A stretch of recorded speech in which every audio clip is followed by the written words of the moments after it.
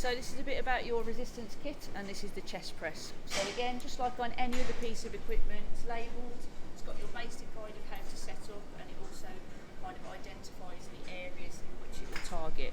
There's a few things that you might need to set up when coming onto this piece of equipment. Fantastic thing with this facility is most of the equipment is set up so anyone who has a wheelchair and needs access can amend these pieces of kit so they can get their chair in place. So we've got a couple of things on the side here. This pin, what we do is we pull it, and then that will push the seat back out of the way, and then this one we lift, and that will remove the seat completely, so anyone with a wheelchair can get in there and get in the best ideal position to get the most out of their workout when doing the chest press. For those of you who want to use the seat facility, what we want to do is we want to make sure it's locked into place, so just check that bit out there, and then we need to reset that seat. So if you can see any kind of writing at the top of that seat here, then what we need to do is make sure we adjust that pin and slide that seat forward so the base of your spine isn't sitting on there. Just like the other piece of equipment that we've moved around to, you've got an adjustment, and what that will allow you to do is lift, and either lift the seat a little bit higher or drop it down depending on your leg length.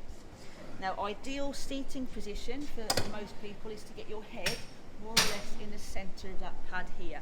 So I would need to adjust that and take it down a fraction and maybe put my head mainly central to that there.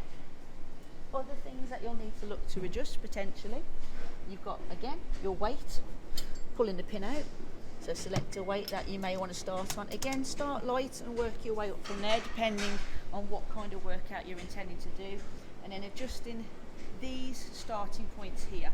So we've got a couple of different grips we can take a wide grip, we can take a bit of a closed grip, but depending on kind of your shoulders and what flexibility you have, you may want to either adjust the arms to bring them further forward, or if you can really open the chest up wide, there's a release pin here, set it a little bit further back.